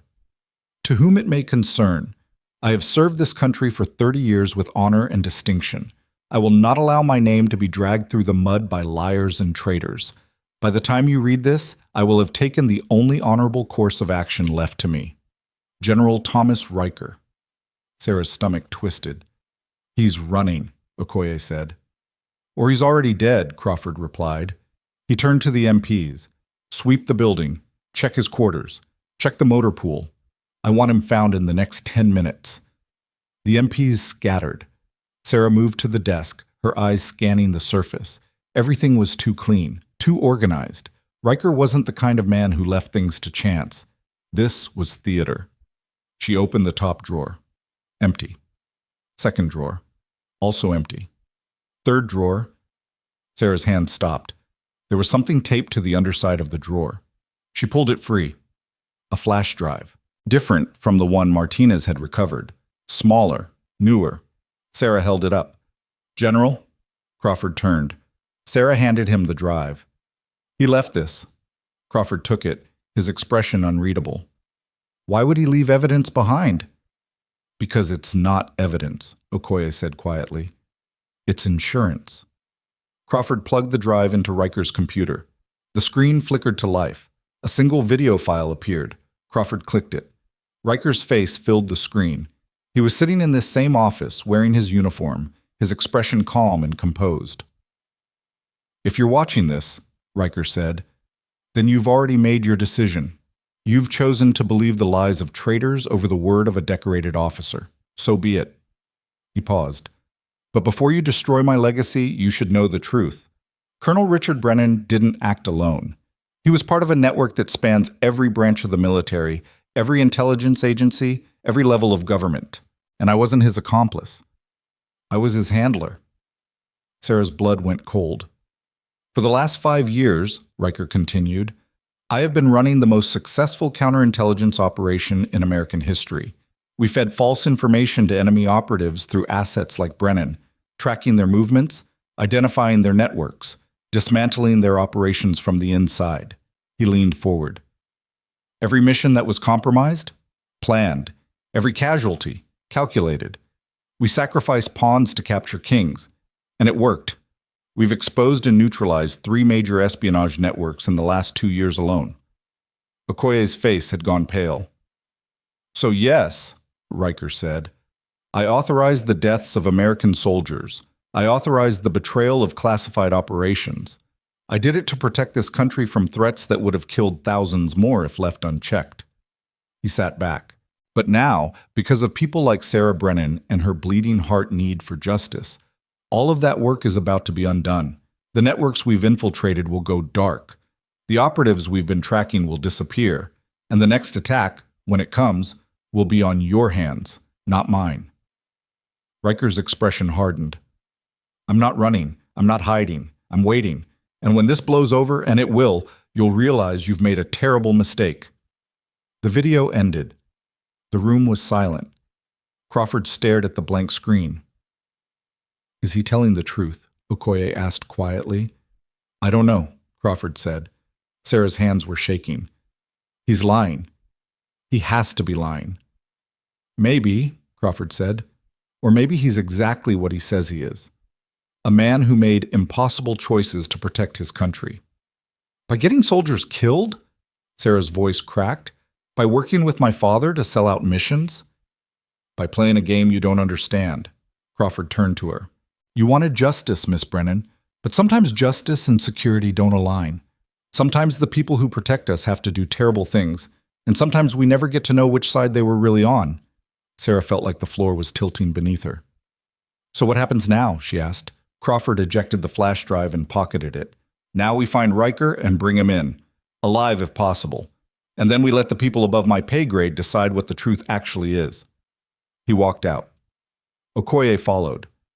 Sarah stood alone in the empty office, staring at the desk where Riker had sat, where he'd recorded his confession or his justification or his lie. She didn't know which it was, and she had a sinking feeling she never would. What? They found Riker 6 hours later, not running, not hiding, sitting in the base chapel, alone, waiting. When the MPs entered, he stood calmly, allowed them to cuff him without resistance, and walked out with his head held high. Sarah watched from a distance as they loaded him into an armored transport. He saw her. Their eyes met for just a moment. Riker smiled. Not a friendly smile, not a cruel smile, just the smile of a man who knew something she didn't. Then the doors closed, and he was gone. Crawford appeared beside her. "It's over." "Is it?" Sarah asked. Crawford didn't answer, because they both knew it wasn't. Riker would be interrogated, investigated, tried in a closed military tribunal where the evidence would be classified and the verdict would never be made public. And whether he was a traitor or a hero, the truth would stay buried. Sarah's phone buzzed. A text from an unknown number. She opened it. "Look deeper. The list your father sent you was incomplete. There's one more name. Check the metadata on the video file." Sarah's breath caught. She looked at Crawford. "I need access to that flash drive." "It's evidence, please."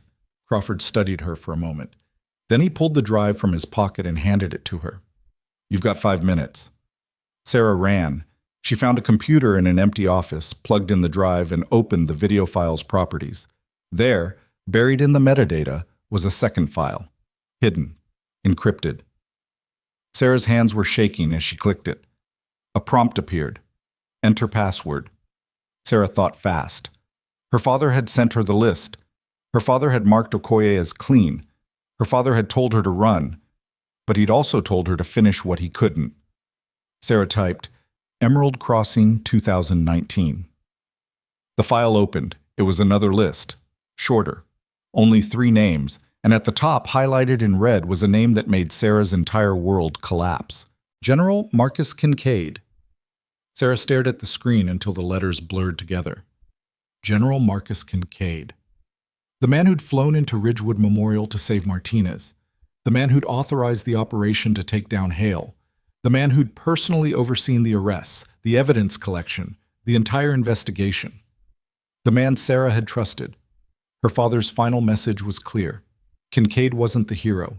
He was the apex predator, and everyone else, Hale, Riker, even Richard Brennan himself, had been working beneath him. Sarah's hands moved on autopilot, copying the hidden file to a separate drive she found in the desk drawer. She ejected Riker's drive, pocketed both, and walked back into the hallway where Crawford was waiting. Well? He asked. Sarah's mind raced. If she told Crawford about Kincaid now, word would spread. Kincaid would disappear. The entire network would scatter like roaches when the lights came on. She needed proof. She needed Martinez. Nothing useful, Sarah lied. Just backup files of the same video. Crawford's eyes narrowed slightly, but he didn't push. We're heading back to D.C. in an hour. You should get some rest. I need to check on Martinez first. Make sure he's stable before we leave. He's in Wyoming. We're in North Carolina. Then I need to call the hospital. Crawford studied her for a moment longer, then nodded. Fine. Make it quick. Sarah found an empty office and closed the door. Her hands were shaking as she pulled out her phone and dialed the secure hospital number. It rang 4 times before someone picked up. Intensive care. This is Nurse Peterson. This is Sarah Brennan. I need to speak with patient Martinez. It's urgent. Miss Brennan, he's sleeping. Wake him up. A pause. I'm not authorized. I don't care what you're authorized to do. Wake him up now, or I'm calling General Crawford and having him do it for you. Another pause. Hold, please. Sarah waited, her pulse hammering in her ears. Then Martinez's voice came through, rough and tired. This better be good. Kincaid, Sarah said. He's the one at the top. Silence. Then, how do you know? My father left another file, hidden in the metadata of Riker's confession video. Kincaid's name is on it. Martinez swore under his breath. Where are you right now? Fort Bragg. Crawford brought me here to arrest Riker. Does Crawford know about Kincaid? Not yet. Keep it that way. Martinez's voice sharpened despite the exhaustion. If Kincaid finds out you know, he'll kill you before you can blink. He's got resources, Sarah. People. Reach. He's been running this network for years. Then how do we stop him? We don't. You do. Martinez paused. You need to get that file to someone outside the military chain of command. Someone Kincaid can't touch. Who? FBI. Specifically, the Counterintelligence Division. There's an agent named Rebecca Torres. She's been investigating military corruption cases for a decade. She's clean, and she's got the authority to move on this without waiting for approval from DOD. Sarah grabbed a pen from the desk and wrote the name on her palm. How do I contact her? You don't. I will. Martinez's breathing was labored. I've got her number. I'll make the introduction. But Sarah, you need to move fast. If Kincaid's people are watching, and they are, you've got maybe 12 hours before they figure out what you're doing. 12 hours to do what? Get to D.C., meet with Torres. Hand over everything, then disappear until the arrests go down. Sarah's throat tightened. What about you? I'll be fine. I'm in a secure facility with armed guards. You're the one walking around with a target on your back. Martinez, don't. His voice softened slightly. You've done enough. You saved my life. You exposed the network. Now finish it. And when it's over, get the hell out of this world and don't look back. Sarah's eyes burned. I'll see you when this is done. Yeah, Martinez said. You will. The line went dead. Sarah sat there for another 30 seconds, staring at the name on her palm before she stood and walked back out into the hallway. Crawford was waiting by the exit. Everything all right? Martinez is stable, Sarah said. We can go. They flew back to D.C. as the sun set over the Atlantic, painting the sky in shades of orange and red that looked like fire. Sarah spent the flight pretending to sleep while her mind worked through every possible scenario, every angle, every way this could go wrong. By the time they landed, she had a plan. It wasn't a good plan, but it was all she had. Rebecca Torres worked out of an unmarked office building in Arlington, 3 miles from the Pentagon, and a world away from the polished corridors of military power. Sarah arrived just after 9 p.m., using a cab instead of a military vehicle, paying cash instead of using a credit card. The lobby was empty except for a tired security guard who barely glanced at her ID before waving her through. Sarah took the elevator to the 4th floor and found Torres's office at the end of a narrow hallway that smelled like burnt coffee and old carpet. She knocked. "Come in," a voice called. Sarah pushed the door open. Rebecca Torres was younger than Sarah expected, mid-30s with dark hair pulled back in a ponytail and sharp eyes that evaluated Sarah in about 2 seconds. She was sitting behind a desk covered in file folders, a half-eaten sandwich beside her keyboard. "Sarah Brennan?" Torres asked. "Yes?" "Martinez called, told me you'd be coming." Torres gestured to a chair. "Sit down and tell me everything." Sarah sat and talked. She told Torres about Martinez, about the mission that went wrong, about Hale and Riker and the network of leaks that had gotten soldiers killed. She told her about her father's death, about the lists, about the flash drive, and then she told her about Kincaid. Torres listened without interrupting, her expression neutral, her fingers steepled in front of her face. When Sarah finished, Torres leaned back in her chair. "Do you have proof?" she asked. Sarah pulled out both flash drives and set them on the desk. Torres picked them up, examined them, then plugged one into her computer. She opened the files, her eyes scanning quickly. "This is good," Torres said. "Bank records, communications, operational data. This is enough to open an investigation." "Into Kincaid?" "Into everyone." Torres looked up. "But you need to understand something. Kincaid isn't just a general. He's JSOC command. He's got friends in Congress, connections at the CIA, relationships with defense contractors worth billions. Taking him down isn't going to be quick or clean." "I don't care about quick or clean," Sarah said. "I care about justice." Torres smiled slightly. "Good, because justice is messy." She picked up her phone and dialed a number. "This is Torres. I need a priority briefing with Director Hamill. Tonight. Yes, I know what time it is. This is urgent." She hung up. "The FBI director?" Sarah asked. "If we're going after Kincaid, we need authorization from the top. Otherwise, his people will bury this before it ever sees daylight." Torres stood. "Wait here. Don't leave this office. Don't call anyone. Don't even think about checking your email." "Where are you going?"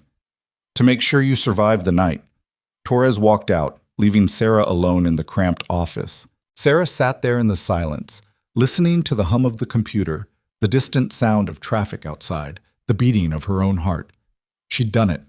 She'd brought the evidence to someone who could act on it. Now all she could do was wait. The knock came 2 hours later. Sarah was half asleep in the chair when the door opened and Torres stepped back inside, followed by 3 people Sarah didn't recognize. 2 men in suits, 1 woman in a business jacket, all of them carrying the kind of authority that didn't need introduction. "Miss Brennan," Torres said, "this is Director Hamill, Deputy Director Carson, and Assistant Director Liu. They've reviewed the evidence. They have some questions." Director Hamill was a tall woman in her 60s with white hair and eyes like ice. She sat down across from Sarah and folded her hands on the desk. "Miss Brennan, what you've brought us is explosive. If it's accurate, it represents one of the most significant intelligence breaches in modern history. But before we proceed, I need to know, are you absolutely certain about General Kincaid?" Sarah met her eyes. "My father marked him on a hidden list. Martinez verified that Kincaid was in the chain of command for every compromised mission. The evidence is there." "Evidence can be fabricated," Hamill said. "Your father was a traitor. He could have been setting Kincaid up as a scapegoat. Or he was telling the truth for the first time in years." Hamill studied her. "What do you want out of this?" Sarah blinked. "What do I want?" "Yes. What's your endgame? Revenge? Vindication? A book deal? Sarah's jaw tightened. I want the people who killed Martinez's team to face consequences. I want the soldiers who died because of these leaks to be honored instead of forgotten. I want their families to know the truth. Even if the truth destroys the military's credibility, even if it exposes vulnerabilities that our enemies can exploit? Yes. Hamill leaned back. Then we're going to move forward. But you need to understand the stakes. If we arrest Kincaid and we're wrong, careers will end. Reputations will be destroyed. The entire command structure of JSOC could collapse. And if we don't arrest him and I'm right, then he keeps killing soldiers until someone else stops him. Hamill stood. We'll execute the arrest warrant at 0600 tomorrow. Kincaid will be taken into custody at his residence before he has a chance to run or destroy evidence. You'll be placed in protective custody until the investigation is complete. I want to be there, Sarah said. Absolutely not. I earned this. Hamill's expression hardened. You're not law enforcement. You're not military. You're a witness, and witnesses stay safe until they testify. Sarah wanted to argue, but Torres caught her eye and shook her head slightly. Fine, Sarah said. Hamill nodded. Agent Torres will escort you to a secure location. You'll stay there until we give the all clear. She walked out, followed by the others. Torres waited until they were gone, then turned to Sarah. Don't even think about it, Torres said. Think about what? Whatever stupid thing you're planning. They're right. You need to stay out of this. Sarah said nothing. Torres sighed. Come on, let's get you somewhere safe, Sabdi. The safe house was a nondescript apartment in Alexandria, furnished with generic furniture and equipped with enough security cameras to monitor a small city. Torres showed Sarah inside, ran through the security protocols, and left 2 agents stationed outside the door. Get some sleep, Torres said. This will all be over by morning. Sarah nodded. Torres left. Sarah waited 10 minutes, then she walked to the window and looked out at the street below. A black sedan was parked 3 doors down, engine idling. Sarah's stomach dropped. She recognized the vehicle. It was one of Kincaid's. They'd found her. Sarah grabbed her phone and dialed Torres. It went straight to voicemail. She tried again. Same result. Sarah's pulse spiked. She moved to the door and knocked, calling out to the agents outside. No response. She tried the handle. Locked from the outside. Sarah backed away from the door, her mind racing. The window was 3 stories up. No fire escape, no balcony. The apartment had no weapons, no tools, nothing she could use. She was trapped. A shadow moved past the window. Sarah turned. The door opened. General Marcus Kincaid stepped inside. He was alone, dressed in civilian clothes, his expression calm and almost friendly. He closed the door behind him and locked it. Hello, Sarah, he said. Sarah's back hit the wall. The agents outside are mine, Kincaid said. They've been mine for 2 years. Torres doesn't know. Hamill doesn't know. No one knows except the people I trust. Sarah's hands were shaking. You're not going to get away with this. I already have. Kincaid moved to the couch and sat down, gesturing for Sarah to join him. Please, sit. We don't have much time, and I'd like to explain. Explain what? How you betrayed your country? How I saved it. Kincaid's voice was patient. Your father understood, even if he couldn't admit it. Riker understood. Even Martinez is starting to understand, whether he knows it or not. Sarah didn't move from the wall. You got soldiers killed. I sacrificed soldiers to prevent wars. Kincaid leaned forward. Do you know how many lives were saved because we fed false intelligence to enemy networks? How many attacks were stopped because we knew exactly where our enemies would strike? That doesn't justify... Justify? Kincaid's voice hardened. I don't need to justify anything to you. I've spent 30 years protecting this country from threats you can't even imagine. I've made decisions that kept millions of people safe.